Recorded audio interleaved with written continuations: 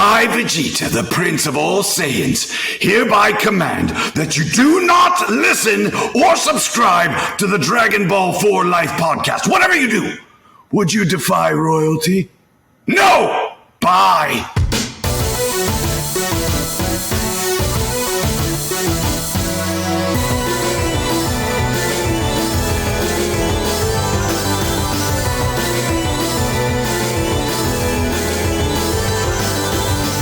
Anime, we have your attention, please, and welcome to another episode of Dragon Ball 4 Life, where you come for the content, but you stay for the culture. Culture like Goku eating soul food. We talking about Ichigo with our Ichi bros. We them outlaw stars, giving you them outlaw bars. Preaching the good word on all things nerd. As always, we are your hosts. The Fusion Dance Dons, a.k.a. the Mong Gods, a.k.a. the deadliest backcourt in podcasting. I am Brogita, the Prince of all sayings, Mr. Matthew Porter, a.k.a. Matty Ice, here with my counterpart, the Oob to my Majin Buu, my Dende one, growing from the lookout to the cookout. Mr. Troto Trav, talk to the people, Trav. I mean, you know me. I stay chilling, and I love thy women like Krillin. He does love her. And look, our guest today is an OG in the game. Not just by name, but by presence and resume of work. He's voiced so many characters that extend across multiple people's childhoods. His reach, it goes farther than Stretch Armstrong's. His name, it rings more on the streets than Luke Cage. Ooh. You might have heard him on Ultimate Spider-Man. Naruto. Or Boruto. Curious George. Or Final Fantasy, the 7 remake or 15. Or Muppet Babies. Or Ben 10. The list goes on and on and on and on. But that's why we're here. So you can all hear about it. Everybody give a warm welcome for the OG, Mr. Triple OG Banks. OG, Triple OG Banks. Snaps all around. Snaps all around. Mikey, you want to put in the air horn right here? Welcome. Thank you for having me. Thank you for having me, fellas. Thank you for having me. Thank you. No, thank you so much for being here. So, just to get like the lifers a little background on, like, y'all know we are accustomed to, like we want to be over the top and overzealous and very self-congratulatory to our guests because we're all about giving you your flowers while you're here. But I guess this has kind of become our thing that we're known for. You are the first guest that has requested the special intro. So me and Trav, we put our heads together. We was like, all right, we gotta make it bang for my guy. I love it. When I first heard your podcast, I was like, yo. And then I heard the next podcast. I said, they did it again. I said, I want it in. Oh, yeah. Can you imagine we're just like, this time, all right, give it up for OG OG Banks. Yeah, I know. That's it. Look, one day, me and Trav are going to like have colds like simultaneously. We ain't going to have the energy and the guests going to feel so shortchanged. Just bags just dripping down from our eyes to our lips, like haven't slept in months. trying to pull it out. Well, OG, we are so happy and thankful to have you here. You have literally provided the soundtrack to most of our childhoods, especially people that look like us. So we are forever indebted to you because it would be remiss for us not to say out loud that a lot of your DNA is ingrained in a lot of these content creators, especially those of color that are trying to do this in a big way. So there's about 1 million places that we could start, but we like to say here on DB4L that the easiest place to start is the beginning. So before you became one of the most reputable names in the voice acting industry, what set you on this path? What brought you into your nerd? And what was your gateway into all this geek shit? Oh wow, the gateway. Well, before I started VO, I was doing on-camera acting, and I was dancing. I was in Newsies. That's actually one of our questions. Yeah. I was in Newsies, and Newsies. That's kind of how I got my foot in it. And before that, my mom was like, I was horrible in sports. And so my mom was like, boy, you got to do something, I'm going to put you in some classes or something, So, I just started taking acting classes and dancing classes, all that kind of stuff. But Newsies got me started, started doing some on-camera stuff. But once my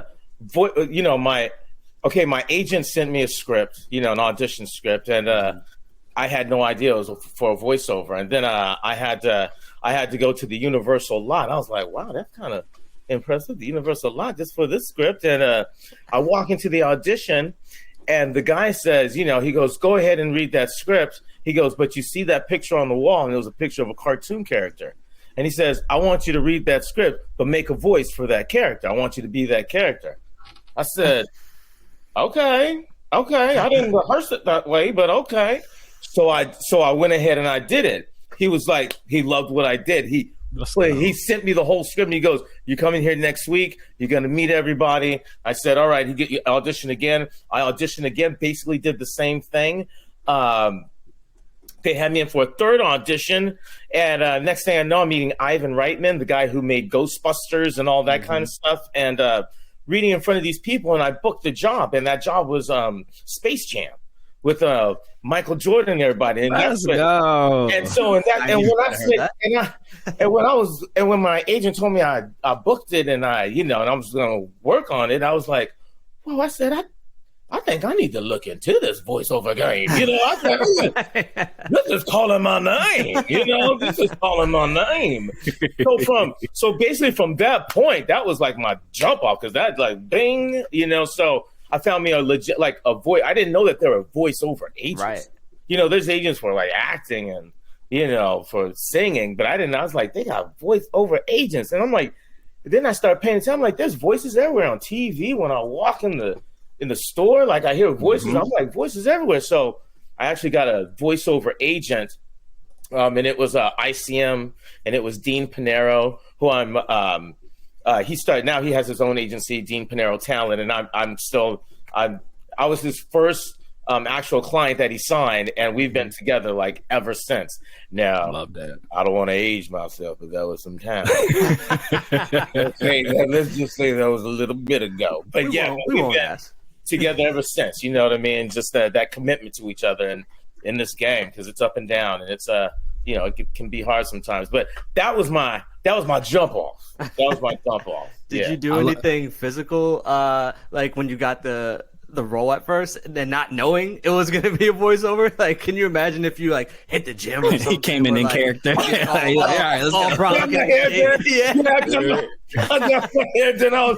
I got a crisp suit and everything. No, because I did one other VO job before, so I knew going in, I was going into a studio. Okay. And I did I had some studio work before, so I knew that, okay, this is a studio thing, but it still takes some getting used to. You think you have to be on camera ready, but you do in other senses, but just not into, Yeah, absolutely. So you touched on something that is something that I feel like I've always kind of put a lot of credence into that doesn't get brought up a lot. So you had spoke about how you and your partner have like been in business together for like a really long time. Like it's been you two, you came with who you came with, and you stay with who you stay with. Yeah, I look to acts like like Jay-Z and Rick Rubin, or like LeBron James and Maverick Carter. Can you speak to like how important it is to have like a locked in business partner and y'all are just like blazing the trail together? Yeah, it is. It's very important. Because it's hard out here, and people and trusting people. And I don't care what business you're in. And so the longevity not everything is perfect. You have your ups and downs, but it's creative differences. You know what I mean? Yeah. It's like, it's just pushing each other. But having that, but being together, that's part of the reason why I still get jobs and he gets calls and he gets clients is because them knowing us being together.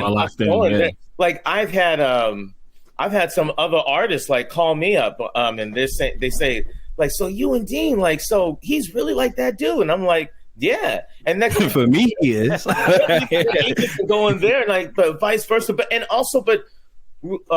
you get intertwined in people in each other's lives. I know his family, he knows my family. You grow together in this business, and it's important to have somebody there. And if you can have somebody there that's on your level as far as like what you do, man, yeah. Whether it's basketball, acting, whatever it is, it's good to have your team. It's good to have your team. And then you have your core team. And of course you build around it as you grow and you grow, but you have that core, right? That knows what's up. And even maybe there's like 4 in that core and one of that 4th is tripping. Y'all know when he's tripping, you know what I mean? The other 3 will know in that 4th quarter when he's tripping, right? But because y'all been together for so long, the others outside might be like, I don't know. Mr. Atkins is a little silly today, but Mr. Atkins. Oh, he had a night last night. Oh, so we know. Yeah. He'll be all right, give him a minute. Give him a minute. He'll get it together. we just aired him out in the group chat. It's fine. Exactly. we all in the meeting texting him like, yo, chill, bro. Like, just know that it starts at 1 and we have to be there at 1. Yes. Facts. Like, can you smile, please? and it makes it fun too. It makes it more fun too. It makes the journey, because that's what this is. It's a journey. Whatever it is, it's a journey, and you want to enjoy the journey, right? You want to enjoy the journey, and having somebody to enjoy it with, that you can talk to and tennis match to go back and forth with ideas and all that. I mean, that makes it fun, man. That makes it fun. What's funny is that Matt and I became good friends off of our journey. Like, I met him through podcasting, and now he's one of my closest friends to this day. So it is fun. And it was a total fluke. Total fluke that we met. That's how it's supposed to happen, organically. Yes. It's the universe, man. I say it all the time. Like, when she talks, I listen. And then you just spoke to, like, in terms of like the journey, there's just something so much more gratifying about like celebrating your wins with your friends. Because it's like they feel the gravity like you feel. Like if you have like an agent or work for an agency, like you're one of many. So it's like you might call your agent like, yo, we got the job. And he's like, yeah, this is what I do. Have a good day. And it's like, damn, I was feeling good about myself. Thanks. It's like, yo, I got a 5 o'clock with Meryl Streep. Like, get off my phone. Or they send you to the voicemail and then hit you, yo, you call.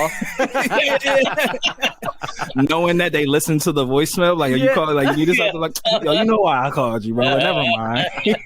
Like we gotta win, yeah. And it's like, oh, you're my 10th win today. Like, all right.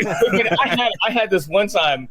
I was on this. I got cast on the show, and the agency, like it was a big agency at the time, and they were like, hey, we'll send you out there, but we have no beans on you booking this, right?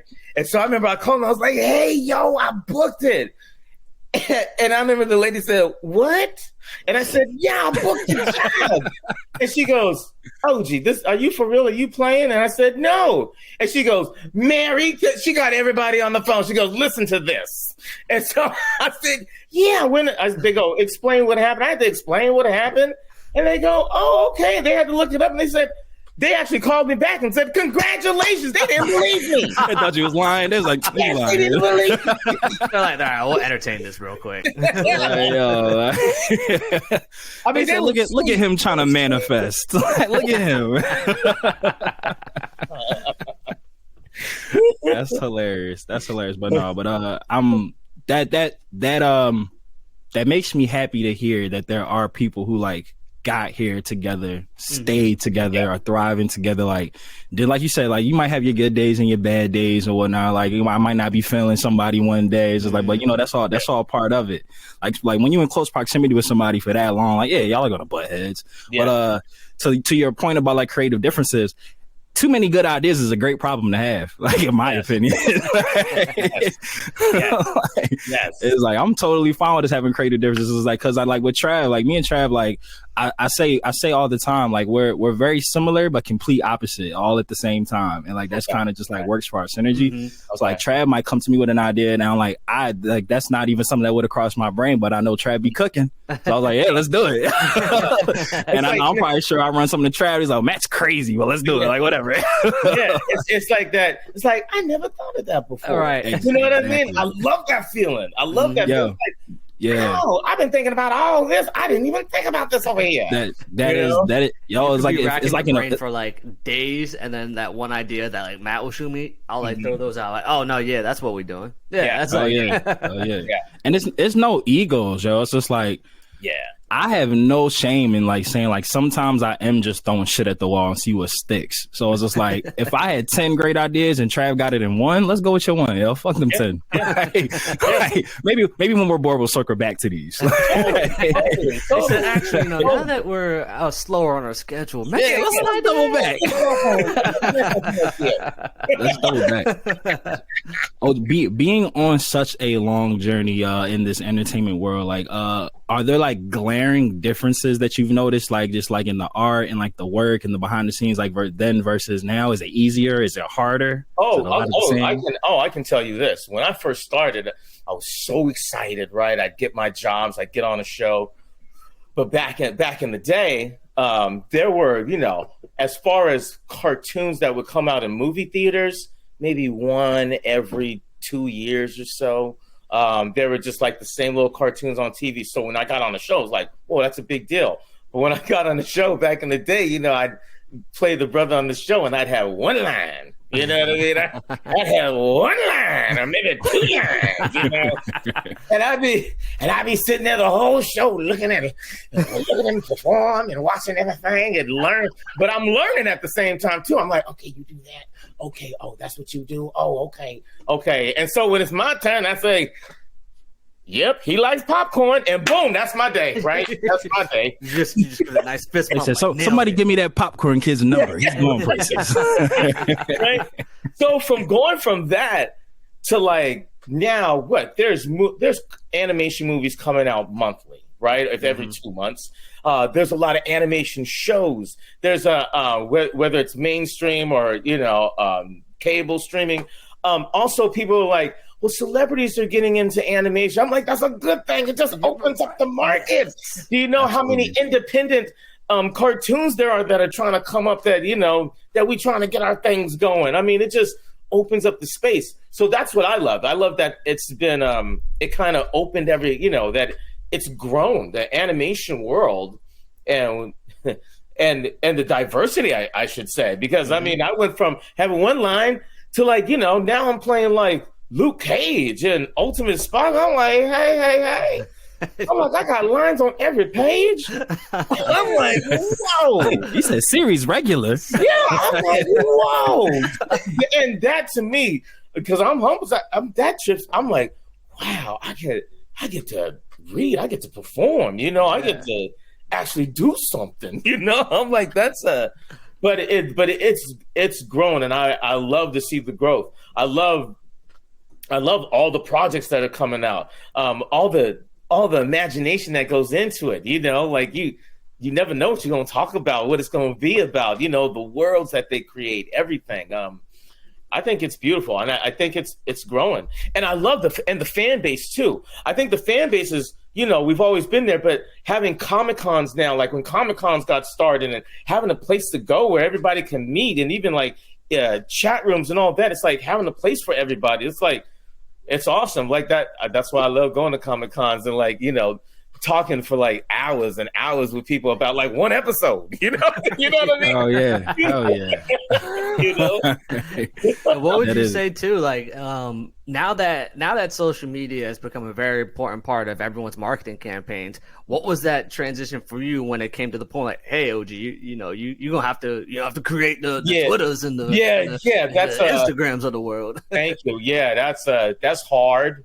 That was hard. It's hard because it's like, still hard. It's like, you want to see me making pancakes? Oh no, but joking. But no, seriously, the reason why it's hard though is because we sign NDAs for everything. So there is no like, people are like, that. You know what you need to do? You need to get a camera and go in there and show you performing it. I'm like, I can't do that. I can't. They don't allow that. Oh, Spider-Man, Marvel. That they would never let me come in there with cameras, taking pictures and videos, and people just like, "Oh, you missing it because you can't do that." And I'm like, I would love to do that. Believe me, I've had those ideas, but I'm not allowed to do that. Just like even with this, I told you, I was like, some things I can talk about, some things I can't talk about, But that's just the way it is, I know a lot of my friends, they'll record themselves parking in the lot, walking into the studio. So, cut it off real quick. All right, that's with the eyes emojis. walk in this door.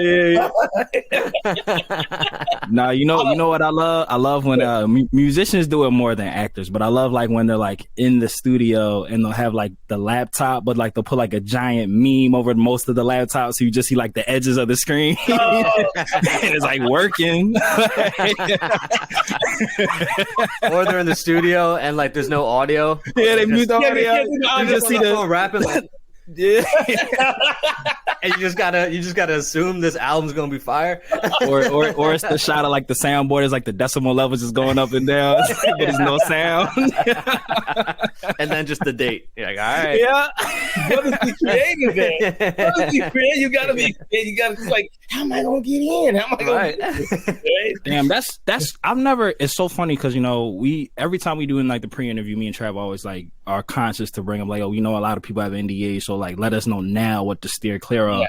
But I never really thought about it from the standpoint of like being a creative that also has to be like a public figure. That is super contradictory. It's just like, we need you to be out here promoting our brand, but don't you say shit. Don't say nothing.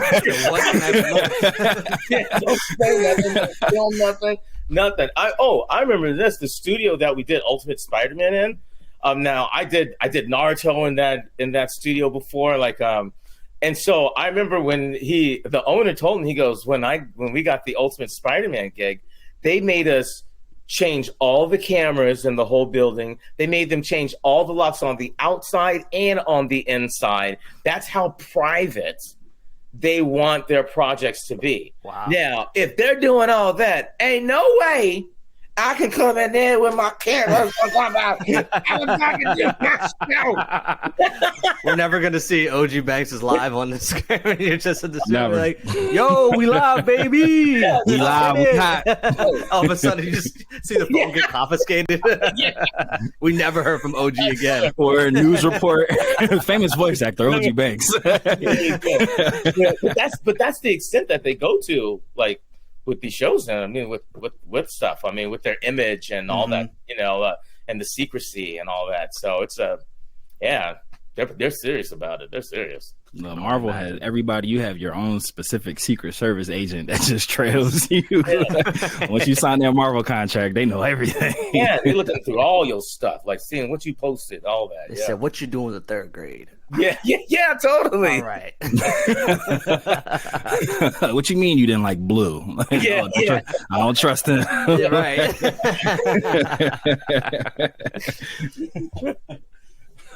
But then OG, like we keep referencing, like your vast movie catalog, voice acting, just like the gigs that you have landed. Was there like a turning point in your career, or like maybe you were like kind of like getting like sporadic jobs and then like something clicked, whether it was like your delivery or the way you went about auditioning? Was there like a change in your approach that like took you from like that, up and coming voice actor to like, no, now you get in the call, like, no, we need OG for this one, like?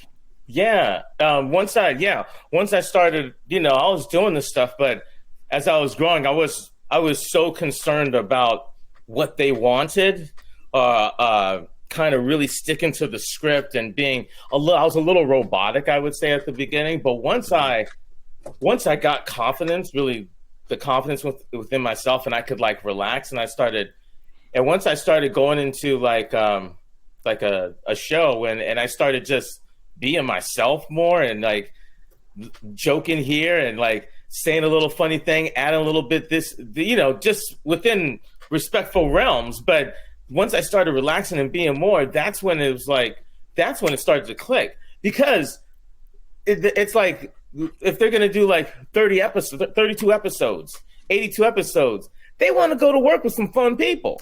Absolutely. Oh, hell yeah. You want to be around fun people. You want to be around fun people. You don't want to be around just deliver the line and leave. Like, all right. Got your cup of coffee. You know what I mean? The warm tea. All right. Yeah. So and then at the beginning, of course, you want to be nice. But once I relaxed and I became myself, and I was just like, hey, this is me, and I'm going, like, that's when it like really changed. Because and then I found out they're just like, we love working with you. They would tell me this. They go, you beat out so-and-so because we just love your energy. We love working with you. We want to be around you like 82 episodes. I'm like, thank you. Yeah. Hell No, yeah. that's so important because I mean, like you can apply that to like so many things. Because I remember whenever I talked to friends or peers that struggle interviewing, I'm like, your resume is kind of what got you through the door, but these people also want to know that can I spend 40 hours a week with this person? Yes. So you kind of gotta like sell yourself in a way that Do I want them at the Christmas party that you can interact with? Yeah, Exactly. And those it's so important, and that's why I was like, and then it's funny that it's like, oh, if I'm just me, it's like, really, I just have to be myself. Like it's like, yeah, that's crazy. Yeah, it's like really, I don't have to be. No, it's like you gotta just be you. If that's who you are, then that's fine. If you're just like somebody, that's fine. But the more comfortable that I get within myself, and that's an everyday journey that's another story. But hell yeah. I get with myself every day, the better it goes. But that was the turning point. Once I stopped being so scared, once I stopped being scared and I just said, hey, if I'm going to do, let me, get once I got the confidence within myself and could relax, that's when it changed. Once I stopped being scared. Yeah, I was scared.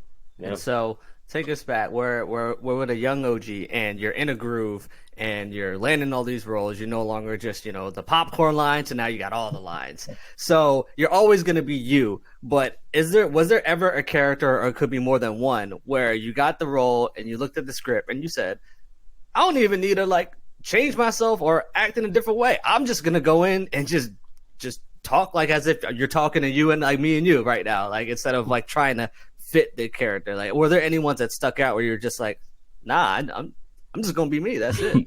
Like, I'm doing them a favor. I don't need no background context, nothing. Right? I know exactly how to present. They lucky I showed up for this one. I don't do that. But I do. But sometimes I'll get I have gotten an audition, and then it comes in, and of course they have the character breakdown, right? And I'll read it, and I'm like, oh, that sounds, I'm like, you start reading it's like, okay, you start identifying a little bit, then you start reading the script and like the dialogue, and sometimes just through the dialogue, you're like, well, I talk a little bit like that. But a lot of these writers, they like tap into like, I don't know how they do it, but anyway, like I'll read a script, and like some of them, I'm like, wow, I'm really identifying with them. I'm like, wow, they like, this one's really speaking to me, and this one's like, it just comes out like water. It's like there's like nothing. It doesn't even seem like I'm reading, or act. I'm just like, those are really special, and yeah, I don't know what to say. No, so I don't know what to say because I had a job. Wait, I did a job yesterday. Wait, what's today? Saturday? No, I did it Thursday. I had a job Thursday, and I played this. God, what job was that? I forget what job. Look, he said I got so many. I don't even remember what I did. Droners. Okay, it's this show Droners. It's an overseas show. But then I play like the scientific nerd, and the producer that's on the director on the show, he's directed me on several shows, and like all the shows that he's directing me, he's like, you always play like these nerdy characters. I don't know why. I'm always like locked into these like the scientific character or the guys, it's gonna be this way, or it's like the Baxter Stockmans of the world. A lot of my characters are like these like computer guys. I have no idea. Like I wear glasses all the time. There you go. I mean, you got Luke Cage. Luke Cage is rough and tumble. That was one when I walked into Luke Cage. That was one where I was like, man, I'm just gonna do me. I'm just gonna do me on this audition because it's so like okay, this is Marvel, this is Luke Cage. It's like I know it's like this is a bad boy, but reading the dialogue and everything, it was like what we were in high school, right? So it wasn't like old. So I was like, right. Oh, okay. Oh, this is like kind of like a different spin on it. I said, man, I'm just gonna do me on this one. That was one where I was just like, yeah. Oh, man. And I remember we were recording. I just started, and it was me in the mirror. I was like, yeah. Power Man. Yeah. And they just kept recording like it was supposed to stop, but I didn't stop. I just kept going on. I was so into it. 'Cause I was like, that's my character. There you go. There you go. Like, yeah. That's when I would walk in and I had no fear because I was just being me. Of course, I was playing a character, but it was a lot of me coming out in that, which made it so fun and so just. And if I could say, like, that was one of the best records because pre-pandemic we recorded all together, right? Mm-hmm, and so it was like, imagine a horseshoe. And it was like, we had the good guys on one side, we had the bad guys on the other side, and the guest stars would be in the middle. And so when we was battling, we're like looking at each other and battling and talking. Man, the energy in that room was just off the chain. I mean, it was just so much fun. So much fun. Reminds me of like a battle rap. Like, yeah.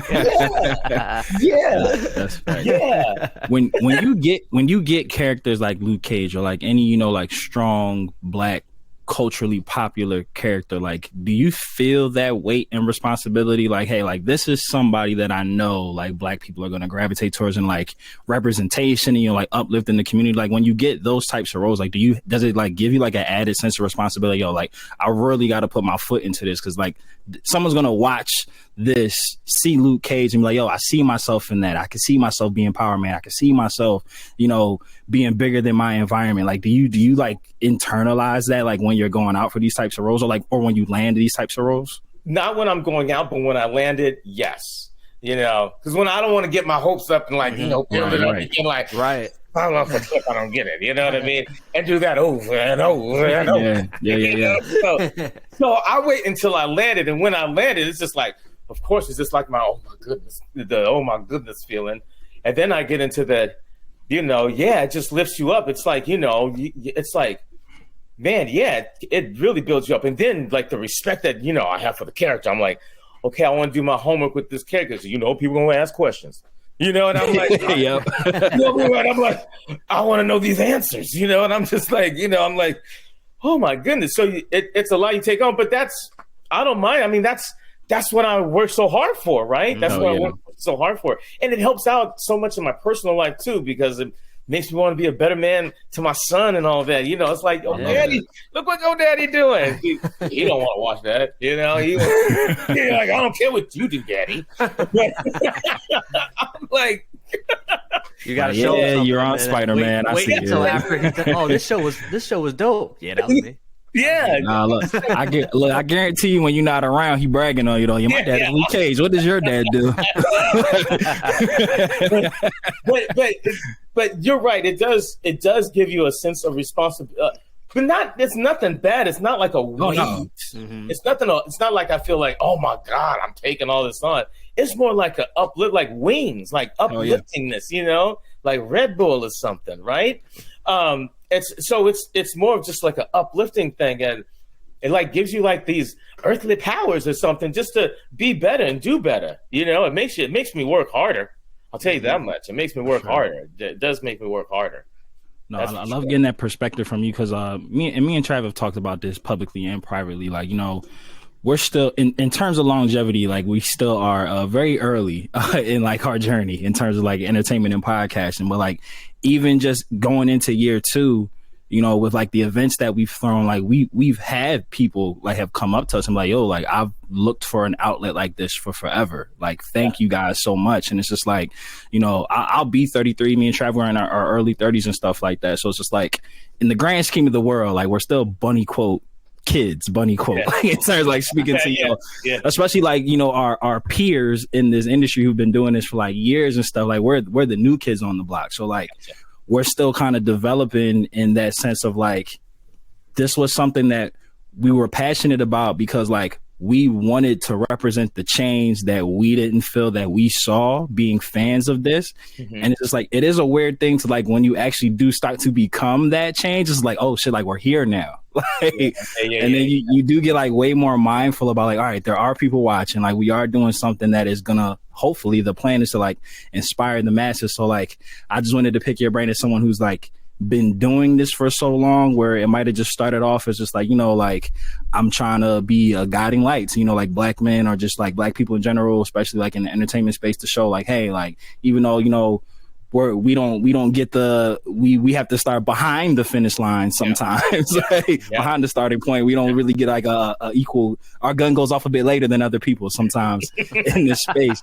So to go from having aspirations of being maybe not necessarily a role model, but like an inspiration to you actually are, because I can tell from our conversations and vibe, like you are very humble and you do take this like very seriously. So like we'll brag on your behalf. Like we look to people like you. Like I said, like you've been a part of me and Trav's childhood, literally from the beginning to the end. So it's just like your voice is a voice that is very familiar and prominent. It's just like, all right, Ogie did we can do it type time. So if anybody else doesn't tell you as a minority in this space, like we thank you for all the work that you've done. It does make the road a little less bumpy to have points of reference. Because when I like freestyle, I'm like, oh, Ogie's doing it. Like, we got this. Like we can get there.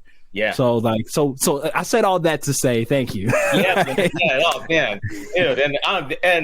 and if I can say, I'm proud of y'all. I mean, being the kids that you kids these days. But sticking with it, the 2 years.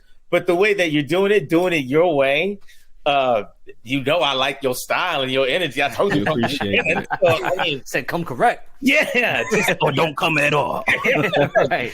Sticking with it and doing it. I mean, you guys are doing it right. I mean, the way you do it. You know, I don't want to give away all your secrets, but the way you do it, I was just like, I'm like, oh, this is. Oh, I'm gonna be on their podcast. This is good.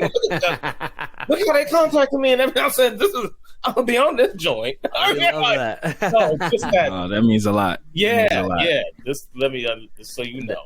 Yeah, we appreciate that. And I did want to stick to one thing that you brought up when you said, you know, people are like, oh, you know, you always casted for like these like nerdy type, you know, roles and everything. So if a young voice actor came up to you and said, yo, OG, I feel like I'm only getting casted for this one type of role, but I'm much more versatile than that. Like, even though I'm enjoying all of these roles, I'm definitely blessed and I'm not, you know, ungrateful. But what would your words of advice be to that young voice actor if they are trying to diversify their resume and feel like they're not getting the opportunity to do so?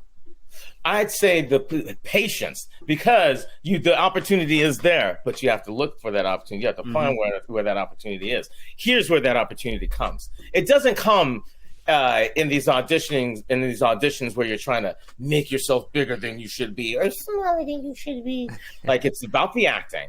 Get that role. The fact that I'll get these nerdy roles, I'll take them. But once I get that role, once you're on that show, there are many other roles on that show. There are many other small parts on that show. Now, remember back in the day, I said I come in for that one line. Now that one line is done by the same actor that's doing another part on that show, you know? Right. So you go in for that one role, but you playing two other characters on that show as well. You might play the bus driver, the lunch lady, the chair, the pen.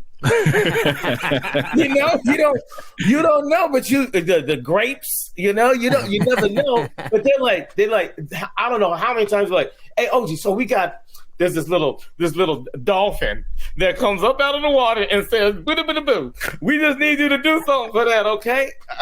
He said, I got 10 minutes. I got you. Let's go. And that's where I play. That's what they're like, play, give us something. They want you to play. Then what happens then? They go, oh my God, that was good. And then when they're casting other things, that's not the only show they're doing. They're going to be casting other things. When they're casting other stuff, they say, oh, remember he played that dolphin? Well, we know he could play this too. I know he could play. It's not just getting it into the mind of like the agent. My agent needs to know that I can. No, it's these people that are casting that you got to break through to them, you know, and how you break through to them and the producers and all that is when you get that, even if you get that one part, take that and run with it. You know, you run with it. And that's what I do. Here's the best thing was going back to Ultimate Spider-Man, when Drake Bell was sick, he'd be sick for a record. So they would say, Ogie, could you read his lines for us that day? So we're talking the whole cast is there, and I got to read Spider-Man's lines too. You know, all his mixoplexes and all that kind of stuff. All these. Are you kidding? So that goes to show you, kids read the whole script. Yep. Because there was days I didn't read that whole script, and they had me. I'm like, whoo! But I didn't play like it was just a little role, thank God. But that's why I read the whole script, because you never know when your opportunity comes. And then when you're reading in for that, that's another opportunity where they're like, whoa, did you see how OG tackled that? You know, so boom, we gonna have him on. That's, you know, so you gotta see, you know, don't get stuck. Patience. See where you can stick a move. See where you can make that. See where you can fit in. Right. You know. That's how I did. Yeah. No, that queued up a question that I definitely wanted to ask you for sure. So we're like in this age of like instant gratification. Like everybody's just like, oh, if I don't blow in the next 6 months, then I'm a failure, and they quit and everything. So having done this for so long, you were talking about patience. Like, to kind of put it into perspective, how many years into the game was it for you until you started like booking things at like a high success Well, I booked my first audition, so I have no idea. I have no idea for here. He said, "You got to ask one of them other guys." He said, "Me, I stepped in the gate." He said, "I've been him." What you mean? No. You know what it took? It took. You know, I went to a lot of classes, man. I took a lot of. I took a lot of acting. I went to school out here in the South Bay. It was like let's say an hour away from Hollywood. So I would drive in twice a week, like in my, you know, back in my day when I was going to school, like instead of doing football and all that, I went to classes. So before I even got an agent, I had to know what I was doing, what it was about. So I studied up on stuff a little bit, took the classes. Wait, what was the question again? What was it? Before I go off. I got you. I was going to say, for people who are looking for like that quick get famous like route, like just like for a sense of like a time frame, like when. Oh, how long was it for you, like, until you like felt like, oh, I have arrived? Like, all right, I'm definitely like one of like the premier actors, as opposed to somebody who's like scratching and crawling for opportunities. Well, it took a long time, man, because even when, I mean, I took the classes and I got, you know, I had an agent, but it was like just kind of small parts here and there, right? And then even when I got the big agency, ICM, it was like, dude, I was still like one of only 3 Black people that were at the whole agency and all that. So I didn't feel like I arrived yet. You know, I was feeling like, damn, I'm trying to fit in. I'm trying to get started, you know? Like, you know, so until, I don't know, I guess, when did I feel? I guess once the industry really opened up and like, there were a lot more projects coming out. Once like, you know, back when Shrek came out, really.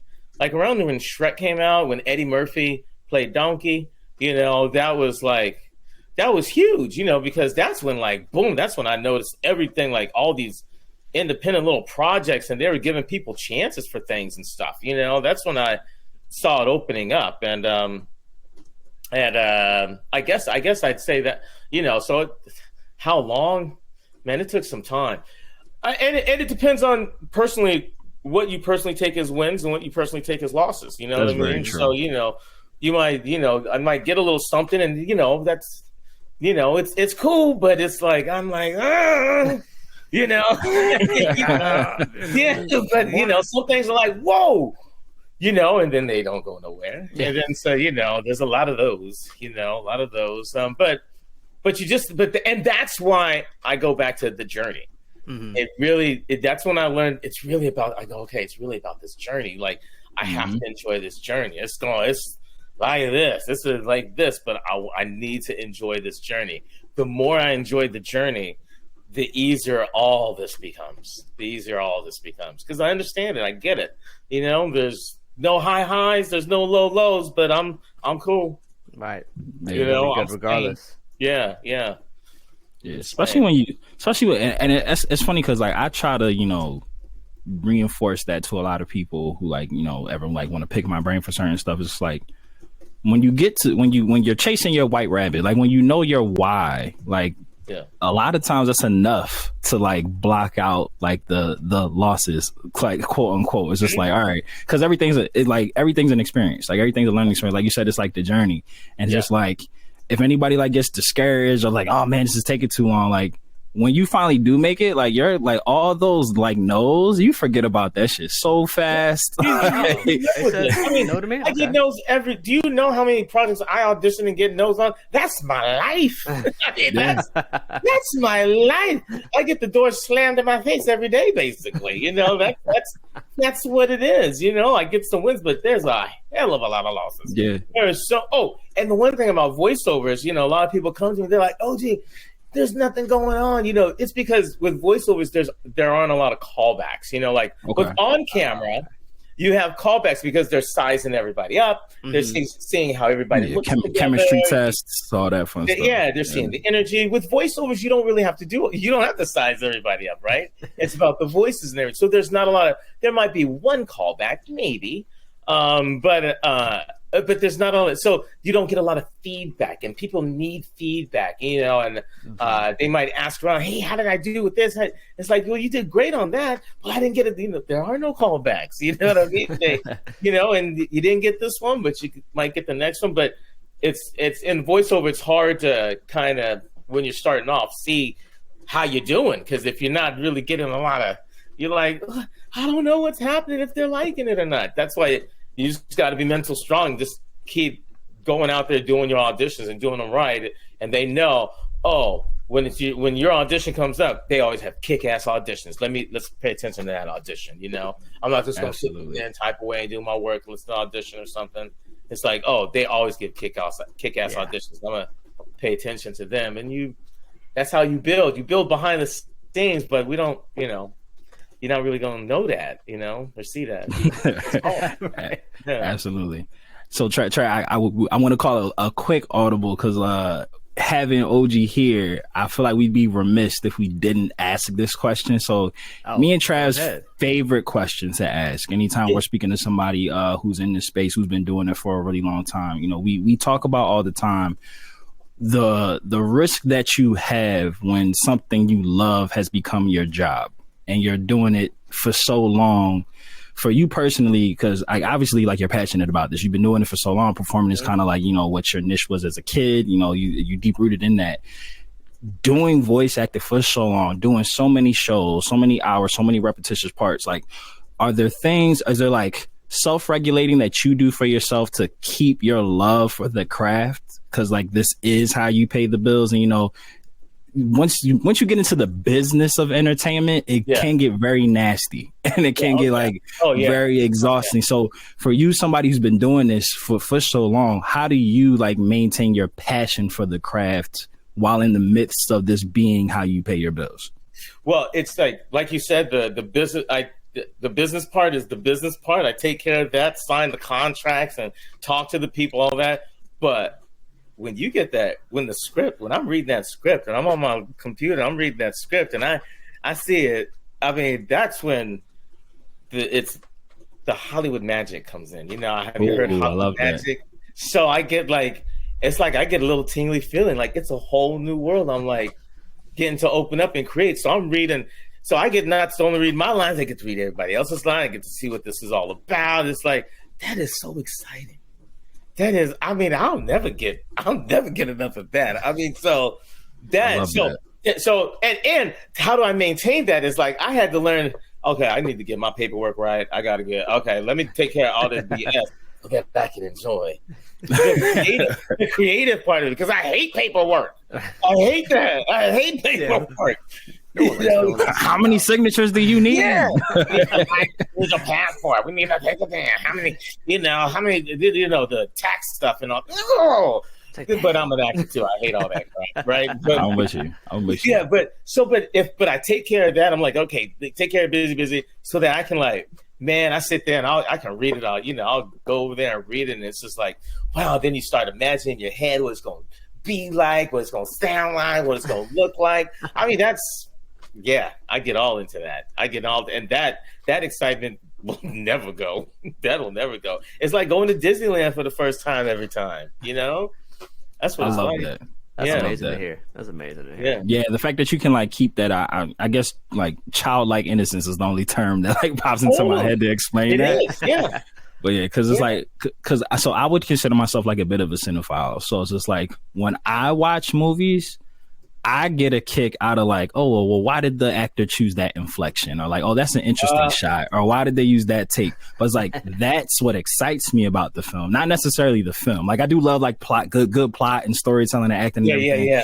But it's like the breakdown of the movies. It's like, that was an interesting choice. Like stuff like that is like why I get into it. But I can imagine if I was a kid who like grew up being a cinephile and then like I became an actor and then like I like had like a shitty experience with like a movie studio or like on set and it would like kill the magic for me. It's like now that I know how the sausage is made, I'm like, ugh. Yeah, no, that took some, it's like, looking at, work and everything innocently, not taking into the fact of, okay, they're trying to do this or they're trying to do, like just looking at a project as it's supposed to be looked at, that takes some doing, man. That's hard. That's a little hard sometimes. And how do you Work-life balance, mentally man. prepare and like get your mind right on your off days? Like we're all human, so like the days where you're really like whether you're under the weather or maybe there's things going on in your personal life. Like how do you do you look at it as a creative release where you can kind of like escape from the things that may be plaguing you personally, or like how do you mentally prepare so that you can still deliver?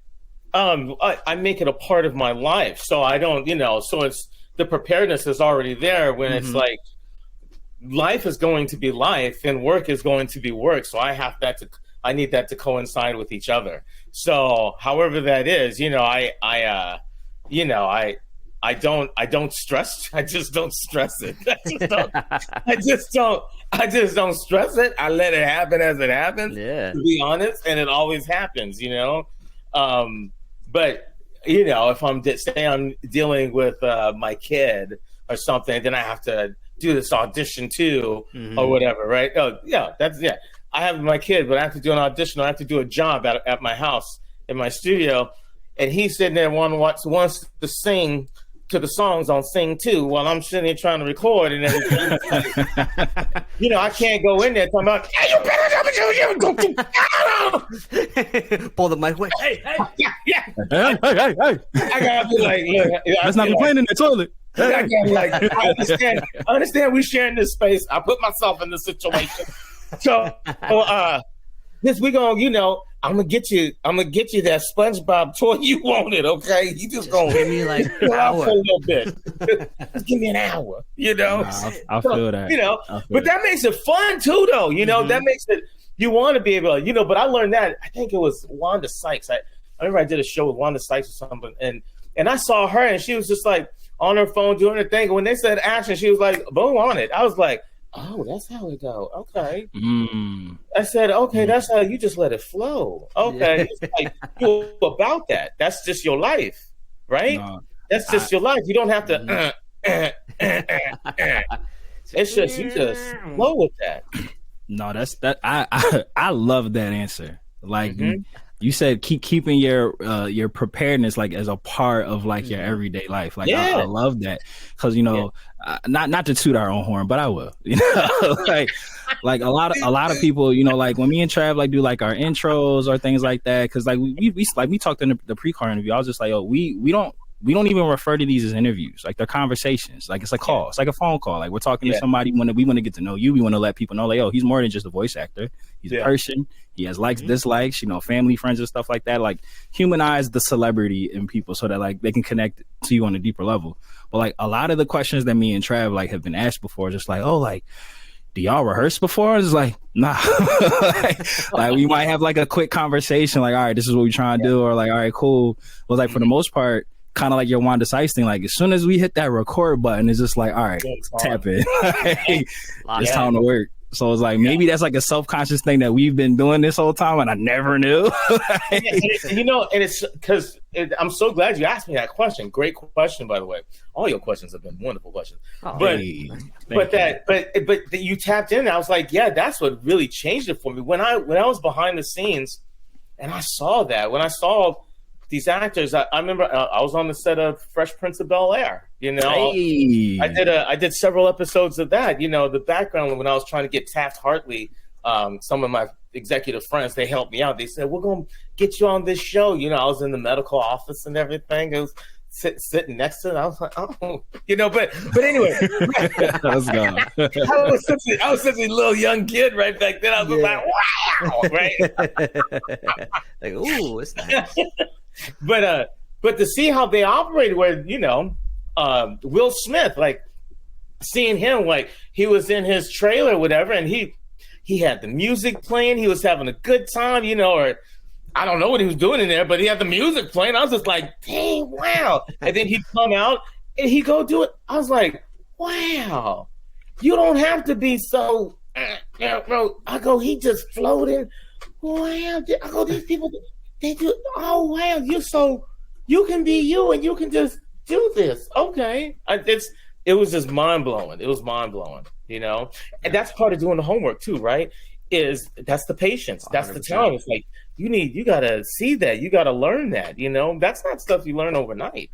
Yeah, and that's why we love having these conversations, because like as much as it's content to put out, it's like I'll speak for me and Travis, say like these are 1,000% like learning experiences for us as well. Yeah, like we ask these questions on purpose, like because we want to know. Like it just so happens that it translates to be like good audio, but it's just like we want to like pick up on skills. Like I can say wholeheartedly that there are things that me and Trav have done or started doing based off of interviews that we did. Oh, like, wow. Somebody might have mentioned something as like an aside, as a point of a conversation, and me and Trav, we locked in. We like texting each other like, "Yo, bro, that was some good advice. We about to start doing that." We're gonna lean into that. Yeah. And like it works, man, because it's like I say all the time, like you can learn something from everyone. Like even somebody that you feel like ain't even qualified to talk to you. Like if you listen hard enough, like there's something there. Like, I could pick up a gem from Flavor Flav, like if you had some. Even you can learn what not to do. You know what I mean? Right. So it's matter how you interpret it and take it in, and how you apply it in your life. Look, he's managed to stay relevant his whole career, so he's doing something right.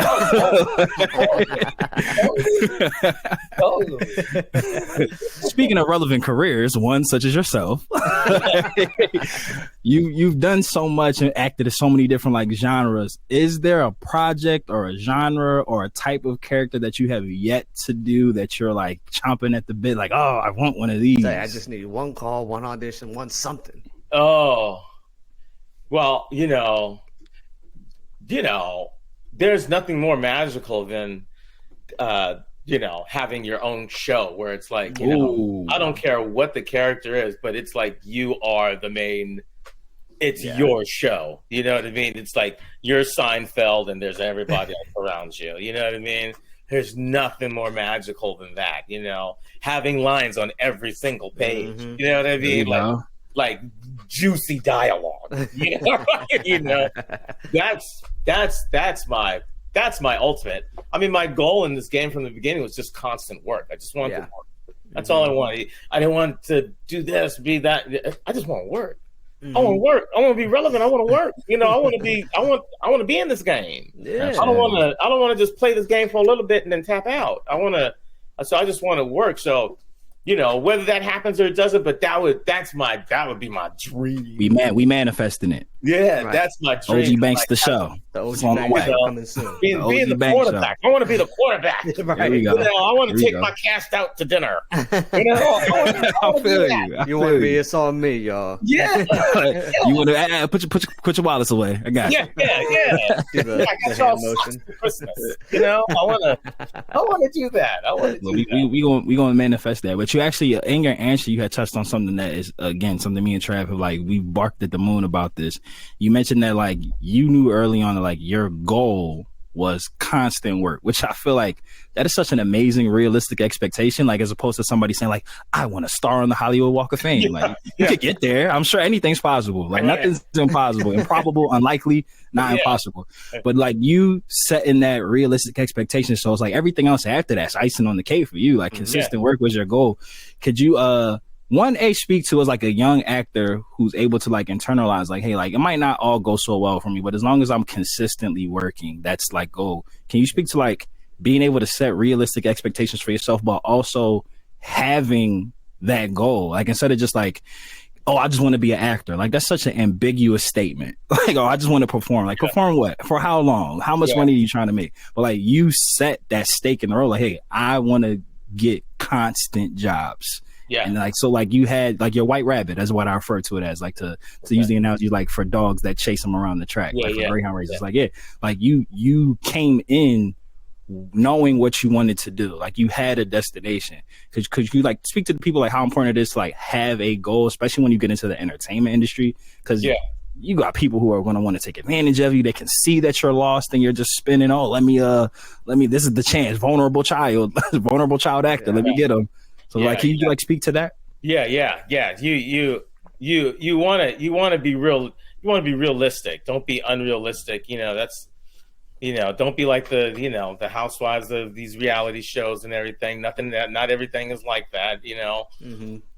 You want to, let's see, what do I want to say? Everything. Yeah. It's say the question one more time. I was saying so. No, you're good. Do I get 3 fouls? Because that's my second. No, you gotta look, bro. You got a limited fouls. You got a limited fouls. I was saying so when you started your career, like you had a goal. Like you weren't just like freestyling, and I feel like that's so important, especially for like younger people in the creative space who just like might throw like a very broad like, oh hey, I want to act. Like I know, I got it. Okay. So, no matter what, this is what I was going to say. Actor, lawyer field, architect, no matter what you want to do, once you get in that field, it's like once you start, be realistic, like we said, the Walk of Fame and all that kind of stuff. Get in there. Once you get in, it's like, that's when I notice the doors open up. I'm like, oh, that's what a producer does. Oh, that's what a director does. Oh, cinematography. Oh my gosh, there's so many avenues that I wasn't even privy to, that I didn't even think about, that I didn't even know about. So that's when the journey begins, because you might start off as thinking one way, but then all of a sudden, I know so many friends that, especially in Newsies, there's such a huge cast of us, but we went in and we're like, actors going in, but then you see the cinematographer, you see the prop guy, you see this, you see the sound engineer. You're like, well, I want to do that. I know so many friends that are doing other things because of when we got on set. Yeah, it's like, you do one thing to get there, but once you're in that space, that's why I say just open up your mind, see where you can move, see what there is, because there's things out there that I didn't know about. How am I supposed to know about these things? Nobody told me, So you go there and you experience. You go, wow, I didn't even know that you could do that. I want to do that, And then you start that journey. So that's what I wanted to say about that. That was my thing. Is like getting in. It's like, constant work, but I don't know what that work is going to be. It might be acting, it might be voiceovers, it might be something else. But I do want constant work, and I like this field, So I'm looking and seeing what I can do. I love the fact that my acting skills have gotten me this far, and like, and all this. But but when I started, I was like, let me see, let me see, and I learned so much. Not pigeonholing yourself is so important. Like that's so important. Like I've told the story. Like before I like hit my growth spurt and got into sports and women and all that fun stuff. Like my mom used to like do like infomercials and stuff. Sports and women, getting the downfall of all men. But my mom used to do like little like infomercials and stuff like that. And I always like said, you should have made me keep doing it. We'd have been rich by now.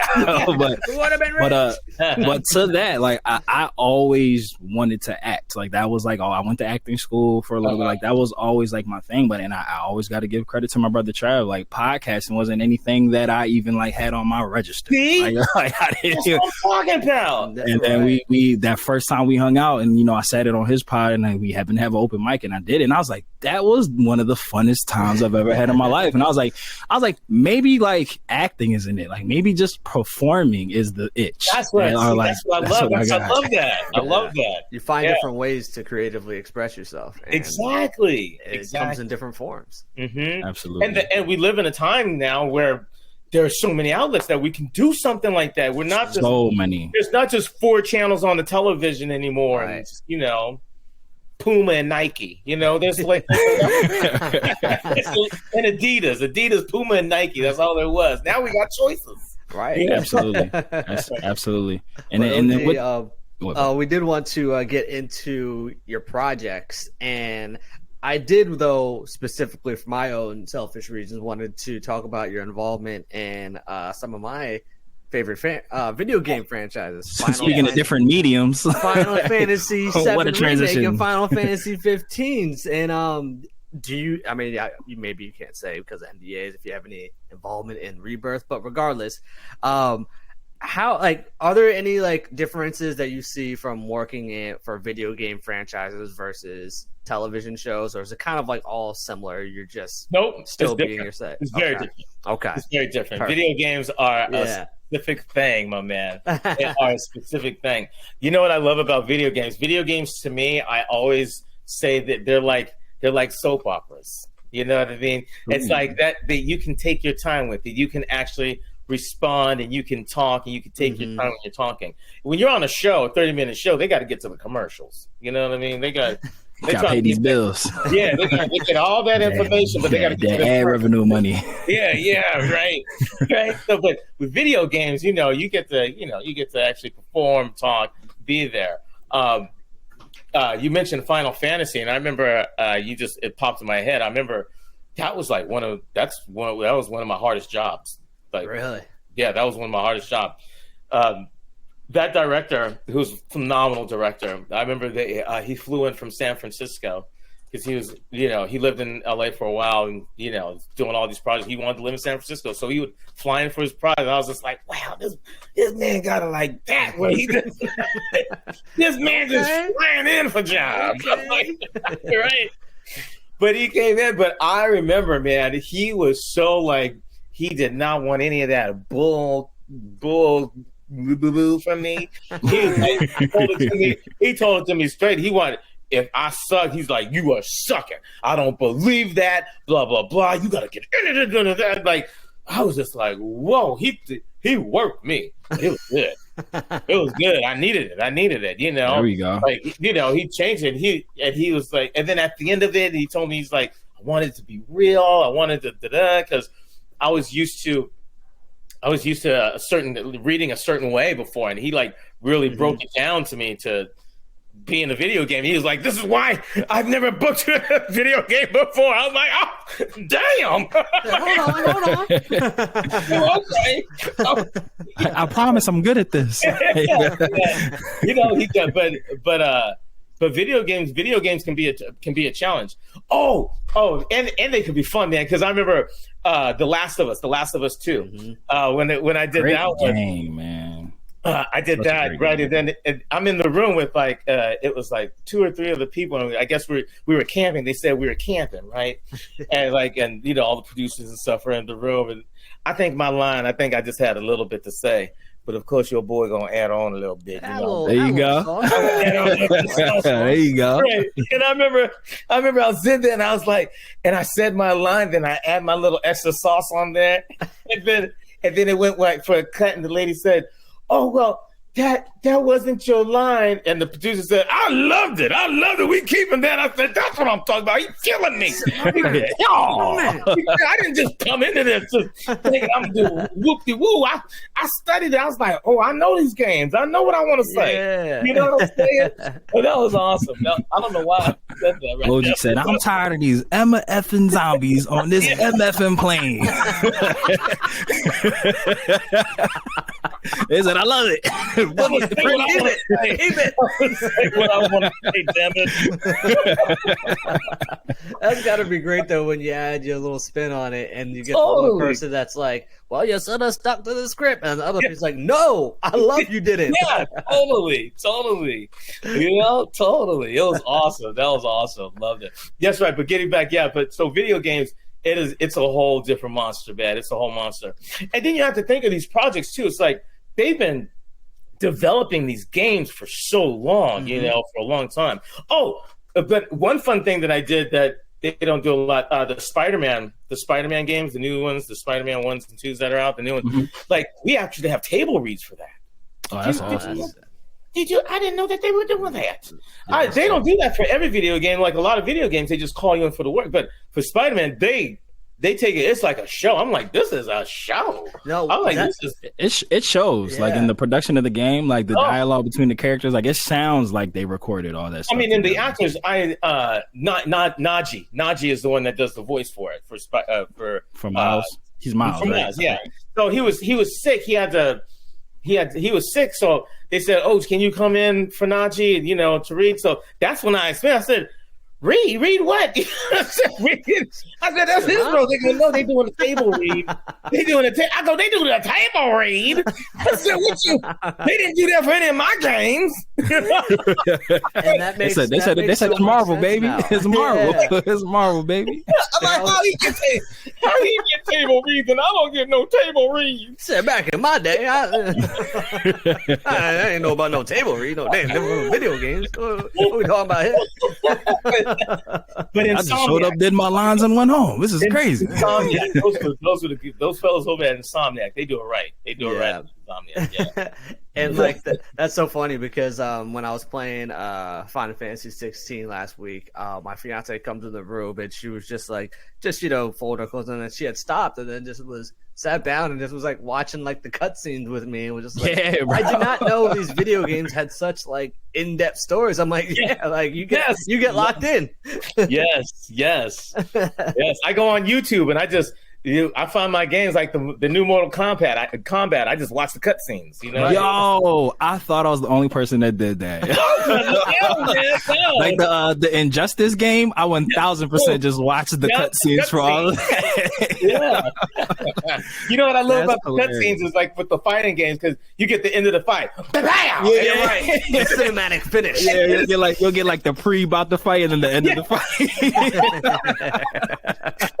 I love it. Yeah. I love it. The funniest is that when you do win though, as the player, you're like still clutch under control because you don't want to let go because you don't know if like something about to happen.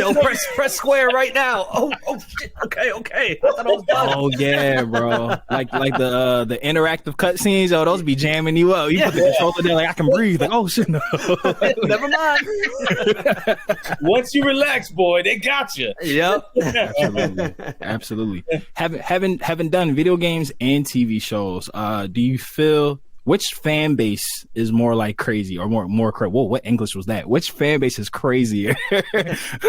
Like, or if you just have a specific fan base for any of the properties that you work with, like that are the most like, get it right.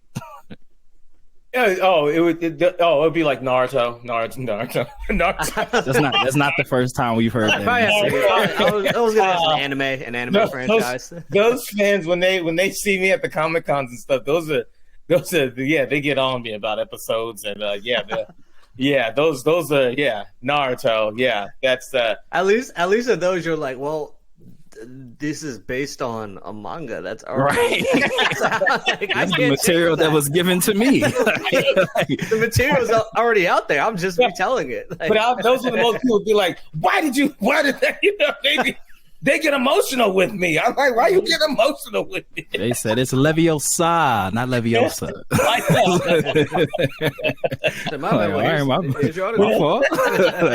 Like, here's my mic. Like, here you go.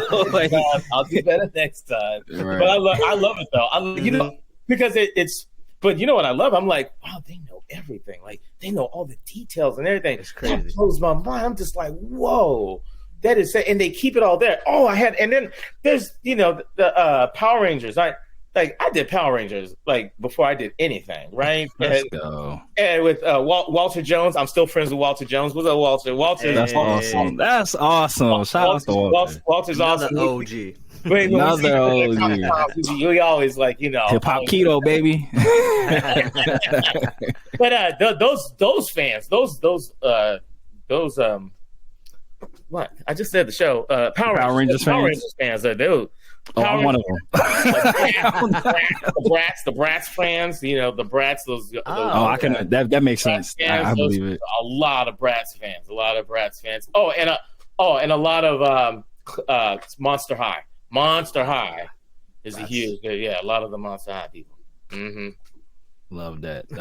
That's funny hearing that. Like, I guess I'm part of the culture, but I don't think I'm like toxically a Power Rangers fan. But that's funny hearing like Power Rangers fans are like, oh, dude, really can I tell you really quick? Let me tell you when I so they want me to go on set, right? So my agent's like, so you're gonna go and do Power Rangers? I was like, great. So I got there early, right? Boy. So it was like out somewhere. It wasn't like in a studio. It was like we were like out someplace. And I remember when the Power Rangers came in, they all Suzuki Samurais just came out. Suzuki Samurais. They all came in brand new Suzuki Samurais. I said, look at them Power Rangers go. He said it is morphin' time. It is morphin' time. Walter had the black Suzuki Samurai. I said, look at that boy. I said, he's fly, you know? And the cool thing is like that they were the coolest cast, coolest people. It was so cool to be there to like go into the studio and see all the big monsters they had. Oh, and then one thing I didn't know that I found out when I did the show, we would be acting on one side, and then on the other side, there would be the other people all dressed up. Those were other people doing the battle scenes. Yeah, in the Ranger outfits. Yeah. I didn't know that back then. Back then I was green. I had no idea. But I seen the people come with I said, what are they doing? They said they're going to do the fighting scenes for us. I said, that's how that goes. Don't hurt yourself now. I said, but you know what the funniest part about all that is? It's like, you know, whether it's like that, especially like with the original Power Rangers cast, like they all are trained, like when they would like be out of the suits fighting. So it was like at that point it was just a choice. They was like, yeah, we good, we did our fights. Let them get it. But they'd always try to stick it in on their scenes. They'd be like, let me do it. Come on, you know. They'd when they was in the cafeteria or something, they always They're like, we gotta let the people know that we can fight. Like, we could suit up if we wanted to, but insurance we not gonna know. That's amazing. I love that. Awesome. I love that because like Power Rangers, that's one of my big ones. Like my fandoms. Rangers all the way awesome. Back. That's RIP Jason David Frank, man. RIP Jason David Frank. Yeah, that one still hurts. That one still hurts. So Ogie, so I don't want to let you off the hook because that was an amazing story. But you had mentioned during our pre-call interview that you have like thousands of stories. Haven't been in the industry for so long. Mm-hmm. Do you have like a go-to? I'm at a party, I'm about to kill him with this one story that like on standby that you tell like regularly? No, but no, not really. No, I'm always about the moment. Love it. Yeah, I'm always about the moment. You want to? I was like, we in a moment. We want to create a moment and give a story. I'm here for whatever. What story can I tell? Right, he's like, I don't want to get nobody in trouble. Let me think about it. Hold up. As we pause for a brief word from our sponsors. Something. Trying to think of something. I don't know. I can't think of anything fun or funny right now. He's like, I got some serious ones, but we don't want to mess up the mood. No. I know you got me really. I'm like, what had happened? I don't know. I don't have anything. I mean, I love it. This is just an excuse for us to bring. Oh, okay. Back. Well, I have to say, okay. I was happy to do this one role, but but the role, it was just a small little tiny part. But I had to play a character where I was doing some bad, I was the bad actor in high school, doing some bad acting, and the cast is around, everybody, the producers are in the room, and so they go, "Okay, OG, it's your turn for your line. Okay, now this character, he's doesn't do the acting well, just the bad acting. You're doing Shakespeare, so this should be easy for you. Go ahead, go. This should be." I said, wait a minute. Who told you that? Wait a minute. And it was, though. It was. But it was. She was right. She wasn't wrong. Yeah. No, I don't really have any. I don't really have, Oh no, it's all good. Look, this is just an excuse for us to tell you that you have to come back. So, I want to come back. Let's go. I'll come back with the list. I have 5 good stories. Look, that's all the episode's going to be about. Yeah. We'll have story time with Ogie Banks. Story time. Let's get it. I'm down, Ogie. But we had mentioned at the top of the episode, I think it was before we started recording, that you currently are working on a new project with Issa Rae and Kid Cudi, and we want to give you the spotlight to tell us all about it. Yes. Max had a show called Hair Love, and it's kind of extension of that. It's called Young Love now. And it's, like you said, Issa Rae, Kid Cudi, and it's just a beautiful show. It just came out a couple of days ago. Yeah, 2 days ago. A couple of days ago, it just came out. Started streaming on Max. Please watch it. The billboards are out. It's a beautiful show. I don't know really I haven't even watched it yet. I haven't even watched it, so I want to say so many things about it, but I haven't even seen my scenes yet. But here we go. But is this live action or animated? No, it's animation. It's animation. Oh, okay. It's an animation show. Yeah.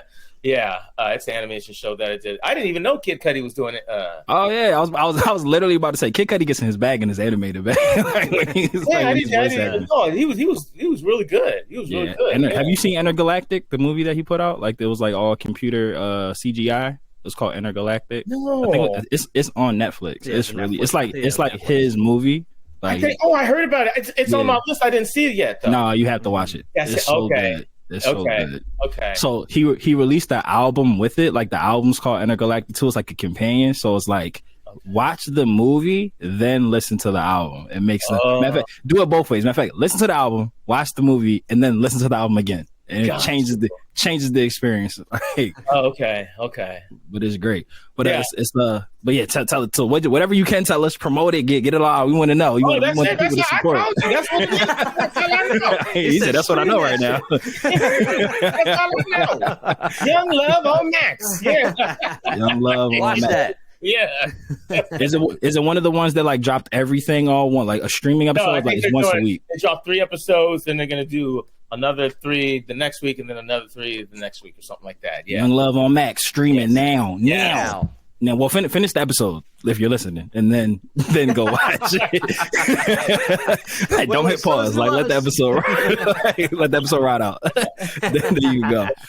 But OG, we could talk to you all day, and now it's on the airwaves that you're coming back for story time with OG Banks. Yeah, 1,000% having part 2. 1,000%. Yeah. But before we let you, a deep dive, I'm with it. An unfathomable dive. We're going super deep. But before we let you enjoy the rest of your weekend, can you tell the people where they can find you, how they can support, if you got anything upcoming? Yes. The floor is yours. Please, anything Ogie Banks, OGIEBANKS. That's Instagram, Facebook.